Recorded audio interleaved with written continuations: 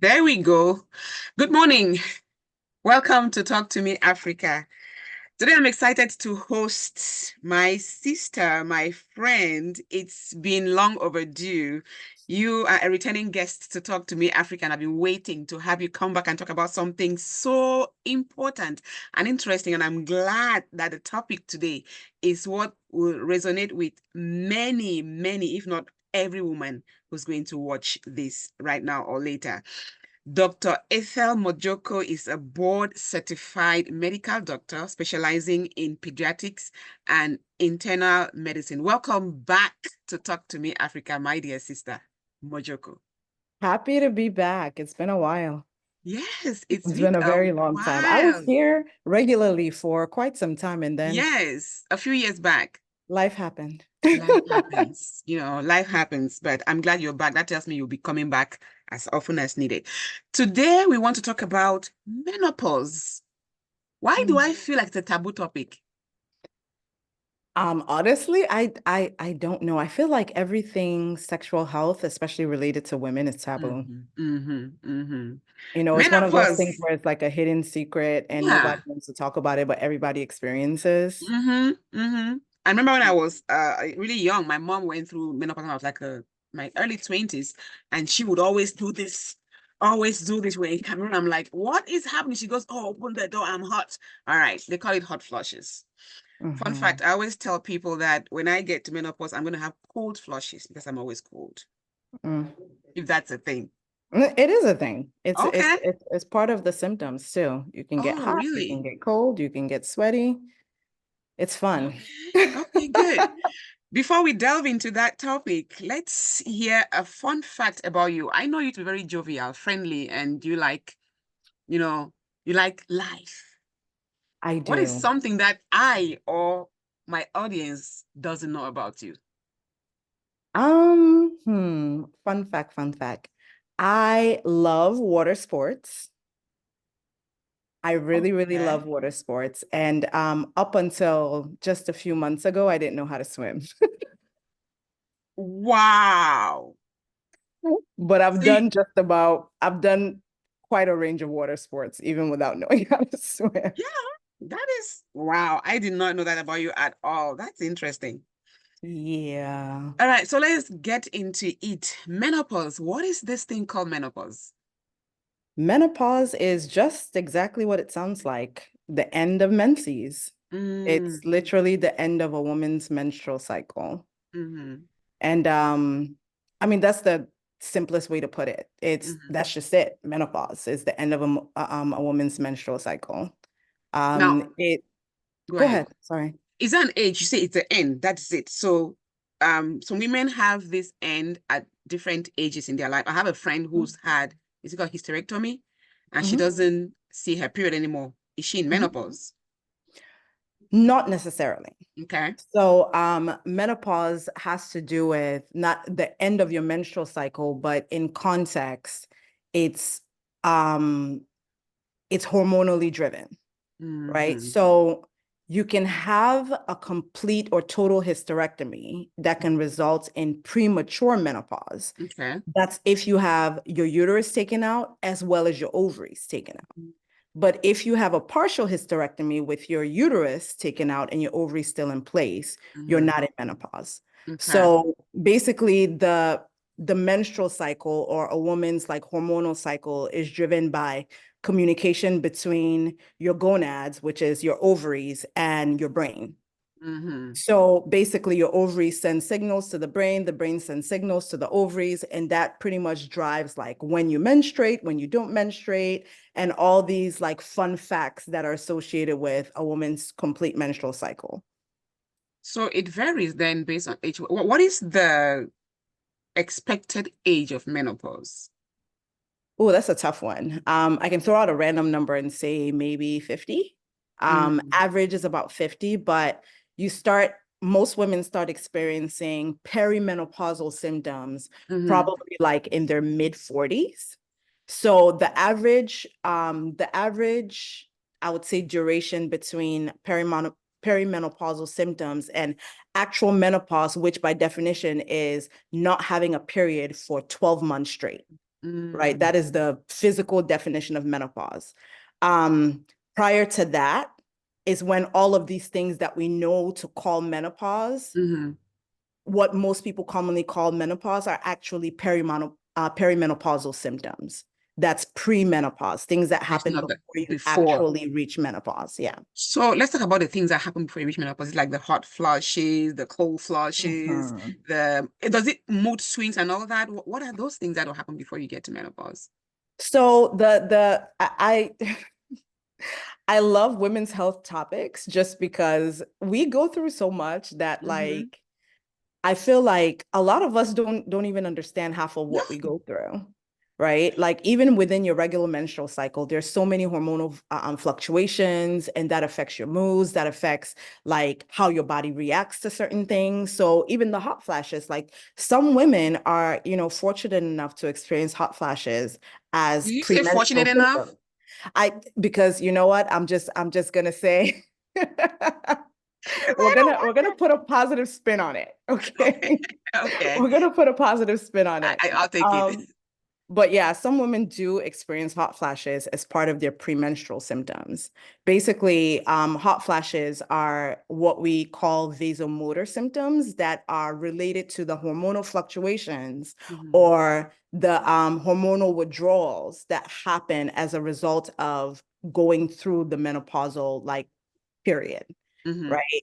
Um, it's basically to put it very, very bluntly, hot flushes are like a sudden, intense sensation of heat in the upper body, usually face, neck, chest. It lasts about 1 to 5 minutes. It's sometimes followed by sweating. After the sweating, you experience chills. It can impact your mood. Some people can get hot flashes in the middle of the night. You can imagine how that can affect sleep. So vasomotor symptoms can range anywhere from hot flashes to like sleep disturbances to a number of other things that happen as a result of just how your body's hormonal levels are changing as you're approaching menopause. It's one of the more common symptoms of going through menopause, but not everybody experiences hot flashes. About 2/3 of women will, but you can be fortunate enough to not have to go through that. But I can there's a imagine. myriad of different things that happen in that perimenopausal period. How long does this perimenopausal period last before you get to the actual menopause? Because so when you get to menopause, do these symptoms stop? So I have two Great. questions. How long does perimenopausal symptoms last? And when you get to the end of these symptoms, does the menopause actually kick in so you don't get the symptoms anymore?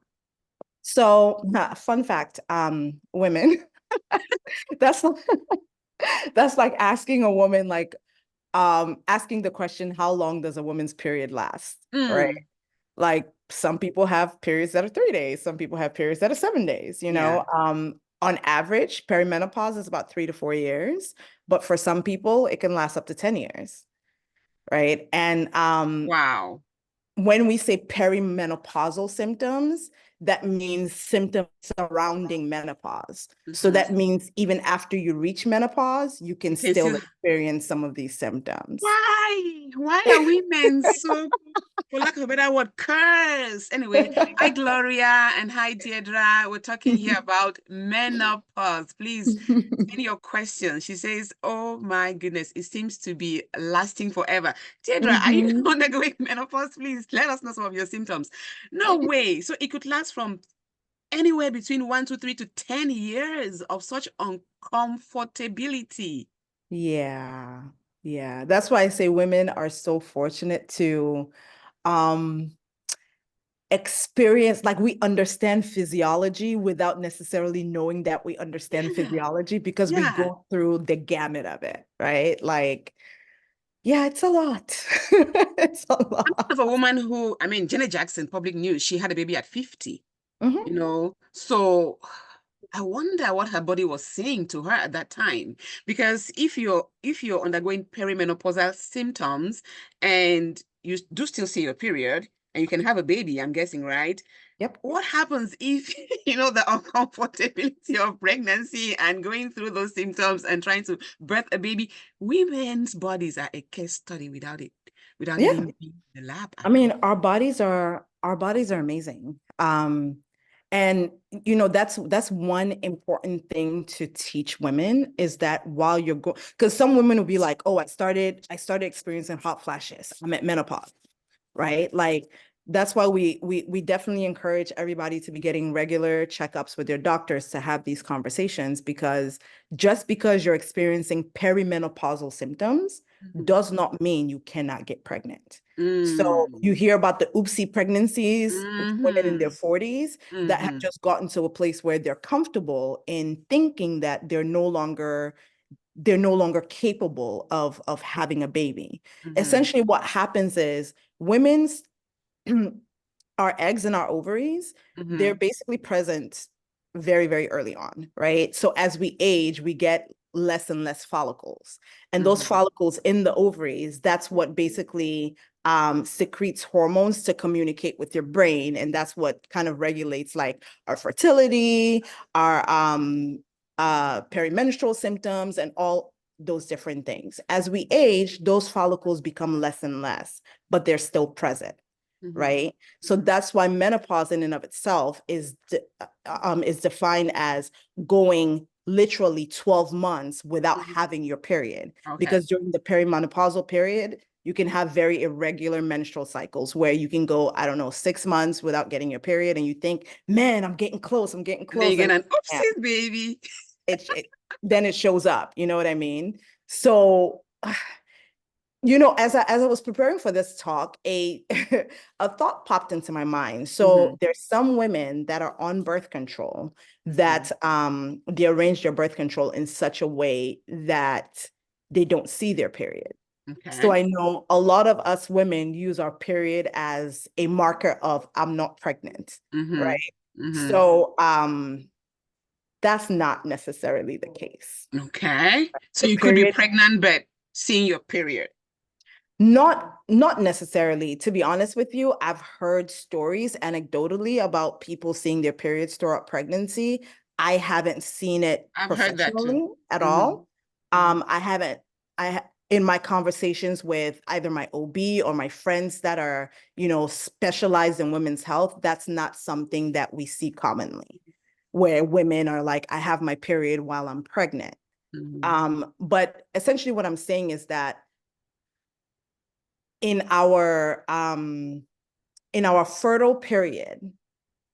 in our lifespan, we oftentimes use our menses as a marker of lack of pregnancy. Yep. And Mhm. I'm just saying the lack of menses Mhm. does not mean that you're not pregnant. It doesn't mean Mhm. you cannot get pregnant.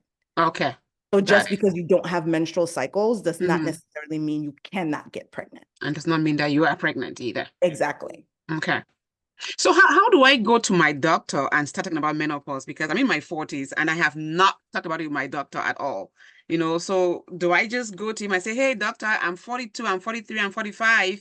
Menopause, tell me about it. How do you open up? Or do Just doctors, like what, that. what would you advise somebody, or at what time of their life would you say when you go to your doctor, bring up that topic about menopause? At what age would you advise somebody to start talking about it? You can start talking about it as early as you want to, Mm, right? I mean, like there's some people who start experiencing these symptoms in their 30s and they have those conversations with their doctors, right? wow. There's like premature menopause. And having some of these perimenopausal symptoms could be indicative of other disease conditions. Mm-hmm, So mm-hmm, that's why it's mm-hmm. important to be honest with your doctors about things that you're experiencing that you may not think are normal. Just be open, have open conversations, because sometimes, especially in the African community, there are a lot of things that we tolerate and we think are just normal, like you should just be going through it, Yeah. that are not normal. Mm-hmm. And while we're talking about menopause and periods, altogether, like there's some women who have extremely heavy bleeding, extremely heavy periods that Mm-hmm. are just like, oh, that's just That's how I've me. always been. Mm-hmm. That's not normal. Yeah. It's not normal for you to be soaking through a pad every hour. Mhm. You know what I mean? So that's why it's really important to like to be honest. And as you know, when I was in primary care, part of my practice is to ask you how long your periods are. Like, how heavily do you bleed? Because like by the time you get to like your late 30s, you're getting to your early 40s, we're still having these conversations and you're like, hey doc, I haven't seen my period in about 3 months. You know, what's that about? Then we start talking about menopausal symptoms. So Mhm.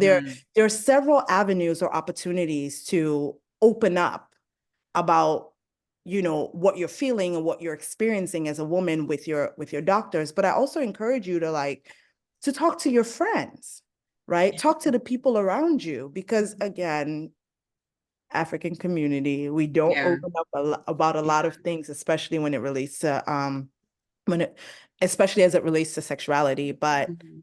there, I don't I don't think there's any time that's inappropriate for you to ask your doctor about menopausal symptoms. Mhm. And another important thing to note is that the age at which you reach menopause um, is also affected by your genetics, Okay. right? So talk to your mom or your aunties or whomever to find out when they reach menopause, Wendy. because that'll kind of give you a sense as to at what age you should start expecting to experience some of those Mm. symptoms. And Mhm. again, the definition of menopause is going to differ depending on who you talk to, because some people will be like, oh, when did you stop seeing your period? Right. Mhm. And once you speak to your doctor, I remember I had this conversation with a family member where they were just like, oh, I'm at menopause. I'm like, oh, okay. When was the last time you saw your period? They were like, oh, 6 months ago. I was like, well, I'm rooting for you. I hope that's the end of it. But unfortunately, a couple months later, they saw their period. Came back. Yeah. Yeah. So Wow. it starts that cycle all over, you Mhm. know? So I think those conversations are important from a medical standpoint, but as a community, right? Like these are things that affect us women regularly. And some of these Mhm. symptoms, like for me, I think I think it's important to prepare one's mind Yes. for different life stages. Mm. You know, like for me personally, I can, you know, we can have this we can have this conversation on another topic, like having a baby for the first time, right? There are lots of things that shock a lot of women, and when you talk to other women, they're like, yeah, that's just what we do. And I'm like, for me, it would be helpful to know what to expect, so I Mhm. don't think there's something wrong with me when Mhm. I'm experiencing it, right? So Yeah, it's community interesting you advocacy. mentioned the African community because, yeah, we really are closed up when it comes to certain topics. And like Gloria is saying, that can be an awkward conversation in some African families. That's true because talk about something like sexual health with your children, which is also a difficult thing. I had a show one time about sexual health for children. And when I advertised, people are like, what are you going to say? What are you going to say? It's easy. I Mhm, learned from the panel to talk to my 8-year-old daughter about her sexual health using three colors: green, red, mhm, yellow. This is red. This is red. This is green. This is yellow. So red is a no-go for anybody. mhm, Yellow is, can I touch your hair? Permission areas. And the green mhm. is a handshake. That's easy. She gets it. So it just depends on how I you like that. approach it I and really what you like talk. that. Yeah, I learned that and I have been using it and it works so well. And interestingly, when I talked to her about the colors, she said, I want my hair to be, I told her hair can be green. She said, no, my hair should be yellow. I said, why? She says, I don't like when they touch my hair without asking me. So she started deciding about her own bodily, Yep. which is very important. And I like what they're also saying online, Deirdre says the doctor told me I was in my mid 50s. Oh, that's when she had menopause. I had in her mid 50s. That's interesting. I Mhm, don't know my mom had menopause. When she came to America, that's when she was actually, I don't know, actually, I don't say diagnosed, but certified, right? mhm. I remember taking her to the doctor. The doctor said, so when did you last see a period? She said, not today. But I remember her always doing this, and we're in Kumba, which is hot, always Mhm. fanning herself. But how do we prepare for menopause? A couple of years ago, I had my period for a day and then it stopped for a couple of hours. And I'm like, what's happening? Those 2 hours, nothing was happening. I'm like, what's happening to me? I gotta go to the doctor. And then, like, the third hour, boom, the flow continued. How do we Mhm. prepare ourselves to welcome this change in our lives called menopause? Conversations. Conversation. Honestly, there's really no way to prepare yourself for menopause Maybe just be because aware of what of your body being change. aware of your body and again talking to family members about what they experience. You may Mm, not experience exactly what they experience, but there's hmm a higher likelihood that like family lines are going to experience similar perimenopausal symptoms, hmm right? So having those conversations and reading about it, talking Yeah. to your doctor about it, those are hmm the simplest way of preparing yourself for it. But like for some people, it hits them like a doozy. Some people hmm experience hot flashes just like in not as much intensity as hmm other people do. Some people will be like, I can't sleep at night. I'm waking up, my entire sheets are drenched in sweat, you know, and that's their normal. And for some people, they're like, I just experienced a little something for like 2 minutes and then it's Yeah. gone, you know? Like childbirth. Some people had it hard way. Some like, oh, the baby just came out. Like I didn't have to struggle or and be in labor for too long. Now I want us to hit the symptoms because that's what most men need to understand. Mhm. And people always seem to refer to menopause as hot flashes, hot flashes. But I just learned from you now that you can also have cold flashes, which is Mhm. what I hope I have because I'm always cold and I like to cover myself up and feel warm because I can't imagine undressing myself because I'm cold. So besides, the hot flashes and the cold flashes, and the period not coming as regular as it Mhm. should, what exactly should we look for? What are other things that we should look for? So like, I don't want to say cold flushes as much as I want to say chills, Mm, right? Like sometimes you can just get rid, well, I guess you could call that cold flushes, to be honest. mm, Sleep disturbance, insomnia is one of those things. mm, Mood swings. mm. I said women don't have enough mood swings as it Yeah, like you know what? Because even during your period, they say, "Oh, yeah, I'm having my period, so I have mood swings, mood swings." Mhm. So you get easily Hormonal changes irritable. Yeah. result in mood swings. Mm, Depression is a mm. symptom of perimenopause. Headaches.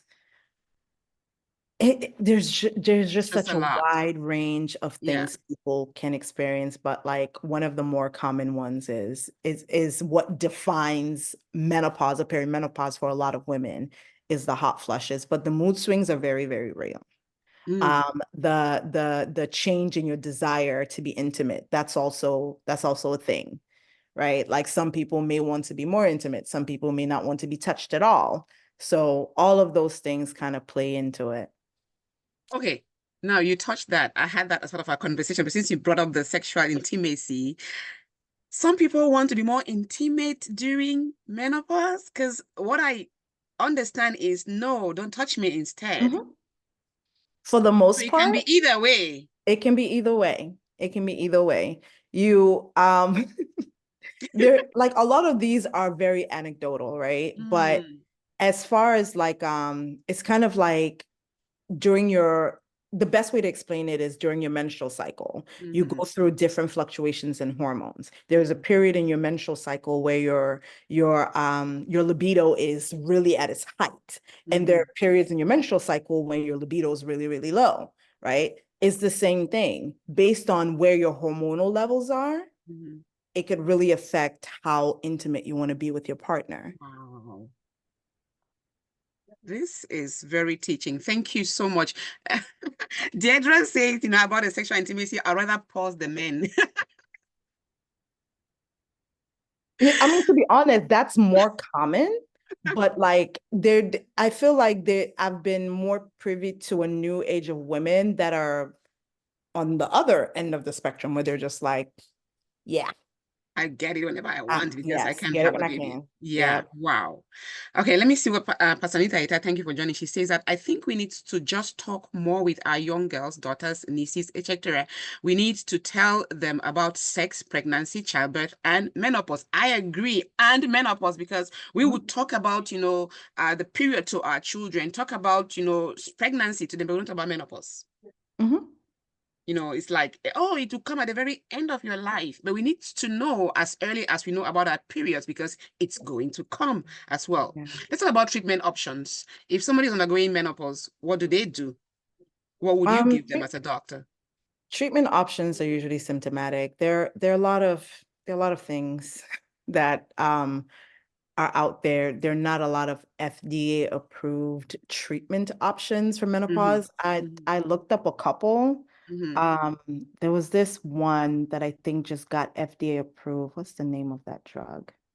Veoza, to treat vasomotor symptoms. So there's also hormone replacement therapy that sometimes is offered to women. That's usually like post-menopause, Mm-hmm. right? But sometimes you can use hormone replacement therapy to minimize some of your more intense Mm-hmm.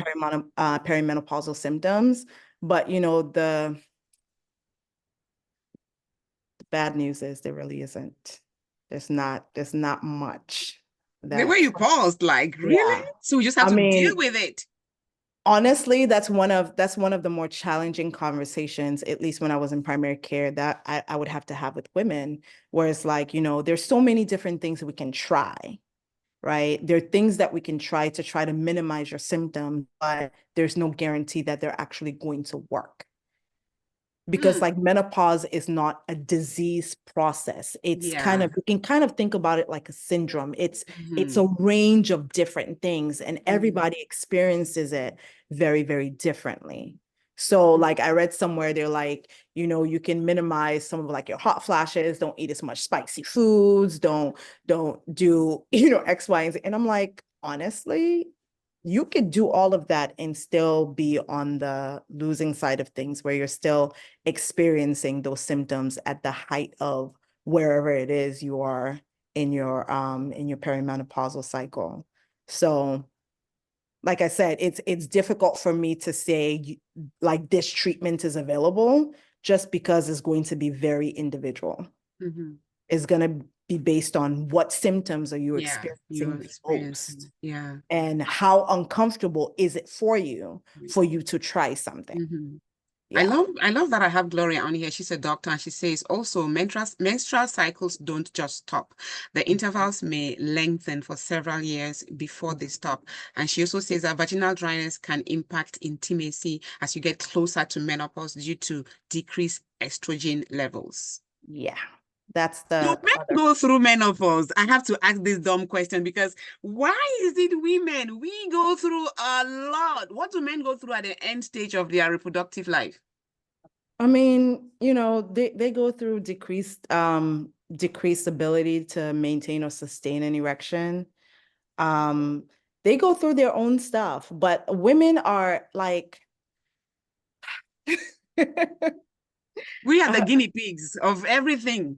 I wouldn't necessarily say so. I would just say that we are especially designed Hmm. to help the world understand physiology at its best, Hmm.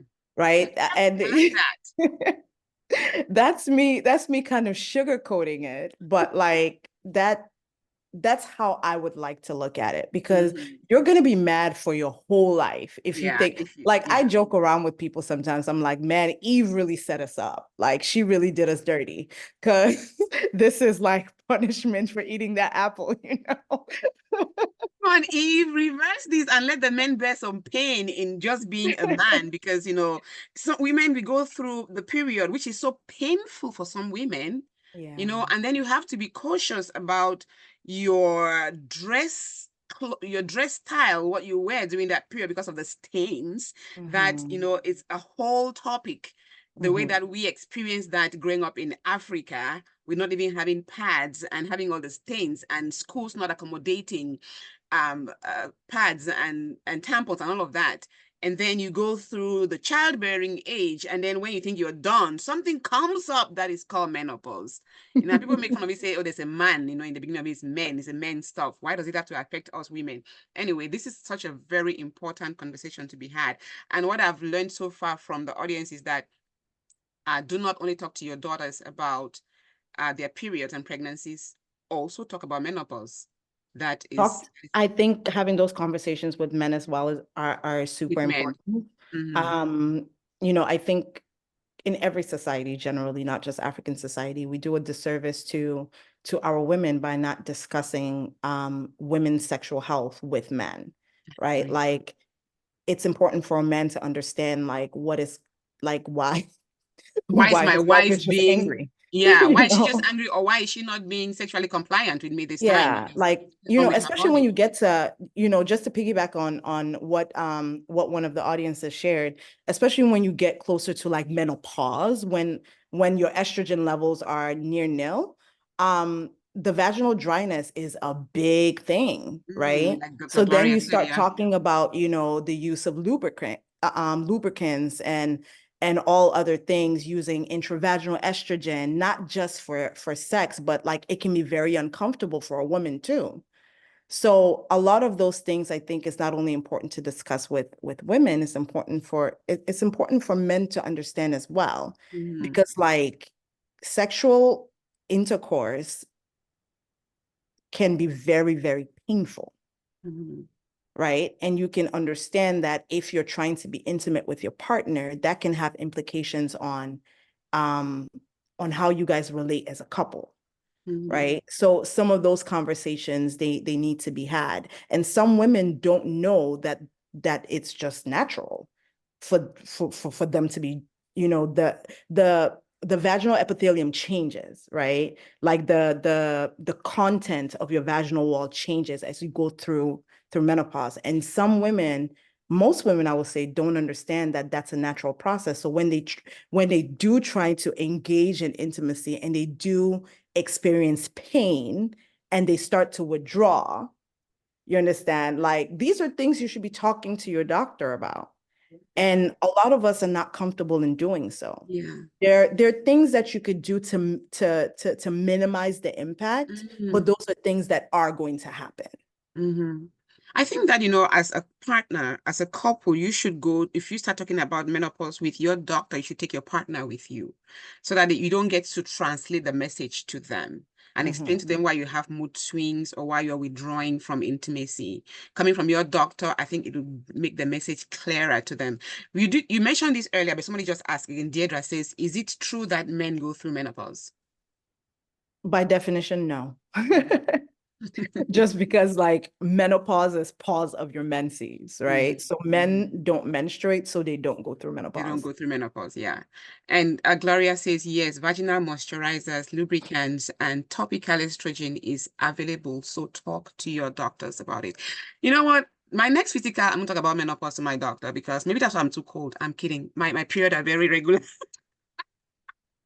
I've always been cold all my life, and people always say I have a tropical body, and my body refuses to adapt to the cold in the United States. Now, what kind of support should a spouse, let's say a husband in this case, provide their wife when they're undergoing menopause? I mean, the thing is, right? Like you should be supportive of your spouse regardless, right? Mm, Like menopause is not just like a one and done disease process, right? right. It's a period of time. And Mm-hmm. that's why that conversation about like in an ideal world, you should, try and go to your doctor's visits with your spouse so they can understand what to Mm-hmm. expect and what not to expect. But at the same time, like you guys are living life, right? Having open communication with your partners is super important. But just in life, we should all try to be understanding of one another, Mm-hmm. right? In an intimate relationship, even more so.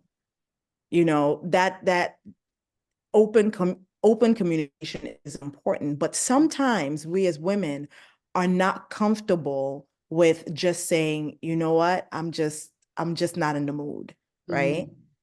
And we come up with other ways to dodge. You Mm-hmm. know what I mean? Mm-hmm. I've And been you can working all understand. day. I'm tired. I cooked for Mhm. 15 hours and all that. But there's something else that is There's happening with something going your on within body. you. Yeah. And Yeah. that breeds resentment from your partner Yeah. because Yeah. you're not being openly communicative. And to Mm-hmm. be fair, also, sometimes we don't know. We Yeah. don't know that that's what's going That's on. what it is. Yeah. So again, regular visits to your doctors and Mm-hmm. being very open about some of the things that you're experiencing, like I have a very clear understanding of my menstrual cycle. I can feel my hormones fluctuate. I know what's happening at any given point in time. I know when I should be withdrawing from people. I know when like my sensitivity is heightened in my interactions with people. So I'm better able to navigate relationships in that context. Like somebody could say something very simple to you and you go off, right? Yeah. Like, You're why right. am I so affected by that? But Mm-hmm. honestly, it's the hormone. Mm-hmm. I mean, Mm-hmm. to be quite honest, it's the hormone. So Mm-hmm. I I don't know that there's a like one and done answer for preparing partners Mm-hmm. for supporting their spouses through menopause Mm-hmm. outside of just keeping an open line of communication, Mm-hmm. right? And there's Mm-hmm. some men who are, you know, bless them, that are educated or knowledgeable enough Mm-hmm. that will like push their partners Yeah. to go seek medical care. Like, I've noticed there's a change in your body. I've Mm-hmm. noticed there's a change in you. I think you should, you You know, should seek help. you should investigate this further. Mm-hmm. And in our communities, right? Because a lot of us Africans, we don't know that we're going through this. I'm talking about like if you grow up in that typical Cameroonian community where you don't have exposure to the internet to search stuff and to read for yourself. I think it's about time we start talking to each other. You have all these women's gatherings where instead of talking about Mm-mm. Jangi and all those little things, let's introduce some talks about women's sexual health in our little Mhm. groups so that we can learn. All the mothers who have gone through this or who are going through this, learn about it and include the little girls as well. Because if you look at the groups we have for our communities, it's mostly adult women.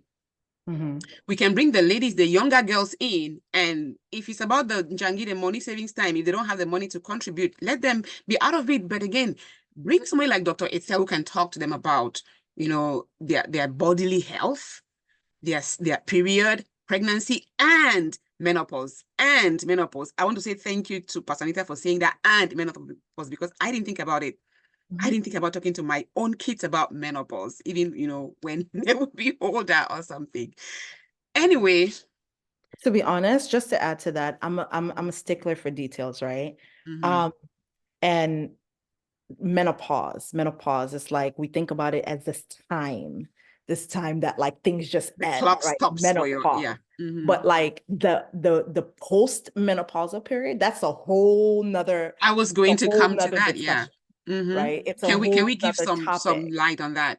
So that, I Yeah. mean, if we so when a lady goes through menopause, let's say it starts in her 50s, and then by the time she is, I don't know if she's 70, it stops. What happens after that? Does she just have a body that doesn't bleed at the end of every month or every 30 days and just leaves like a 5-year-old child without anything that tells her she's a woman besides having some female parts on her? What does her body do post menopause?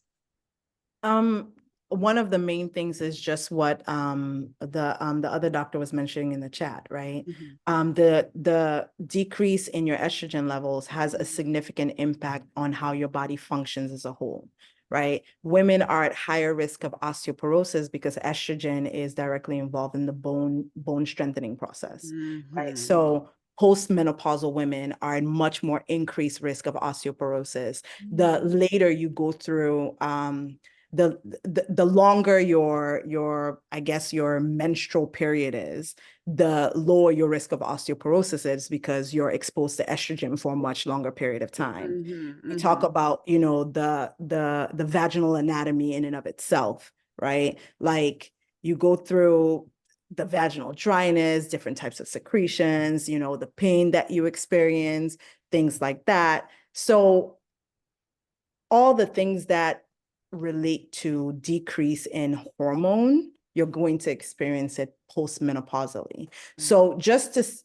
you don't revert back to being a child, because Mm-hmm. you have to remember that a child has all her follicles in Right. place, right? Unlike men who puberty is the start of like their sexual journey, right? For women, those follicles are present at birth, right? Because they regulate how much estrogen even a baby has. So you don't revert back to being a baby because now you have little to no follicles to Mm-hmm. regulate your pituitary axis or whatever. So I it's a whole Topic. of topic Mm-hmm. itself, right? Have menses, that's a topic in and of itself. Perimenopause and then menopause. Then postmenopause is another topic, because then you start talking about hormone replacement therapy. Do you qualify for hormone replacement therapy? What should you expect by getting hormone replacement therapy? Typically, transdermally, there are just a lot of different things that go into that conversation that is a little bit different than when we discuss like the premenopausal period, the period before you actually, bam, hit menopause. Well, you just give me an idea. You're not going to do a series on women's sexual health. There's a lot to learn about our bodies. Talk about when you first saw your period. How ready were you? A lot of us were surprised. I remember my younger sister, when she first saw her period, she came to me and said my mom told her to come talk to me about her period, that she was seeing blood. I said, okay, what have you done? She said, I wiped it. I'm like, yeah, it's still going to flow for like 3 days. You don't just wipe it and stop. So how do our parents prepare us for such journey? How do they prepare us for our bodies to change, to not understand that as a woman, you're going to have breasts, you're going to have this, you're going to have that. And then at the end of the day, you're going to have babies, and then something happens in your life called menopause, which is what we've talked about today. And I think that is it for me. Let me see if we have any other questions in the chat. Yeah, I think Deidra is very insistent or persistent. She said, yeah, but what is it that men go through though? They don't go through menopause. You talked about them having, less erection and stuff. So that's what they go through. If you can throw more light for her to. Men's health is a whole nother topic of its own. We start talking about like prostate health and things like that. So yeah. Okay. Well, I want to thank everybody for joining. Let me hear one more doctor joined us, Dr. Mercy. She says there are actually classes for couples when a woman is going through perimenopause, because research also shows many couples go through divorce when their wives are going through menopause. Look at the effect of it. That's just what we were talking about, like, people developing resentment because you're you now withdraw. avoiding certain encounters because of what your body's going through, rather than, having them understand that there are ways we can bypass some of these things. There are things that we can do. Sometimes your partner just has to understand that, like, this is where I am right now. Imagine sleeping on a bed with somebody and waking up, the entire bed is wet. You're going to feel some kind of way. You know what I mean? So there are all these little things that I feel like are super important for us to discuss, for us to try to, just like we're insisting on teaching young girls about the process. This teaching should happen to young boys as well, right? Like, just like we venture in teaching young girls about young men and how they approach them, we should do it the other way around too. It's a lifelong conversation that we as a community do not do a good job at approaching, right? We do not, yes. But I am encouraged to know that there are a lot more organizations now that are very insistent on talking about a woman's menstrual cycle, about a woman's development process. And just like the lady said in the chat, now it's not just menses and then you're done, right? There's menopause, there's postmenopause, and there's so many other things in between. Like, I remember having a conversation with a young girl about those hormonal fluctuations that I was talking about. And just that alone, explaining that process to them really helped them accept their body a little bit more. Exactly. Because a lot of women feel there's something wrong with them. Yeah. They cannot control some of the way that they react to certain things. They're like, what is going on with me? Why am I always so angry? And once you explain to people that this is what happens, this is what is expected, they're better able to handle it because they understand their body more. I love that. Really, really do.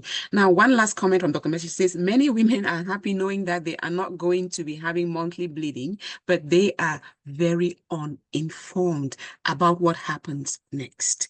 It's not the joy of, oh, I don't have to wear pads every month. Oh, but what happens next? And that's what we look forward to. Every woman looks forward to the day where they don't have to see their period anymore. But I'm like, the wahala that comes at the end. Better you see a period. Like, Wow, Dr. Etel Mojoko, she is a board certified medical doctor specializing in pediatrics and internal medicine. She is my friend. Thank you so much for accepting to be back on Talk to Me Africa. Like I my said, pleasure. you Thank just you gave for me an having me. inspiration. We are going to have a series on women's health, and I'm glad Gloria, who is my dear friend, she is a doctor, and also Dr. Mercy, we shall all come together and educate women on women's sexual health. Thank you, Deirdre, for being there, and also Pastor Anita Eta. I charged you, like I do every guest that come to Talk to Me Africa, with an African proverb. Let's hear what you have for us today. I don't know how to phrase this exactly as it You is can say it written in any language, in but the just try to explain no, what it means. I'm not saying it's You'll in say it in Mokwe. um what um what an old man sitting at the bottom of a tree can see cannot compare to what a child standing on top of a tree. I don't know how that goes, You but I know what? really, really, I like that proverb a lot because it speaks to wisdom. Yeah, It it speaks to does. the transfer, and I think it relates to this topic, the importance of transfer of information, transfer of wisdom, and how, you know, we generally do, but we structure our community to receive information from older people with a lot of respect, but I think we limit ourselves as to what information we can share. Mhm. So in light of this topic, like what a woman going through menopause can share with you is going to beat anything my medical expertise can, because they're actively experiencing it, Experiencing it. right? Like I I can love explain to you in that. a medical context, but somebody Mhm. who's actively experiencing it, you can't beat that. That's Mm. firsthand knowledge. That is such a good, a way of interpreting that African proverb to the topic that we have today. And like they always say, experience is the best teacher. Mhm. Yeah, you can teach me all about having a baby as a male doctor, but have you had one? Listen, Yeah. there are things that I learned that transformed my practice. I can tell you that transformed my practice. Oh, Ethel, thank you so much for being here. We shall be back My another time God. to talk about some other very important topic that affects women's sexual health. Thank you, everyone online. Have a wonderful weekend, and please tell a sister about this so they can also watch it and learn. Share it with somebody. I'll talk to you later, Ethel. Bye-bye. Thank you.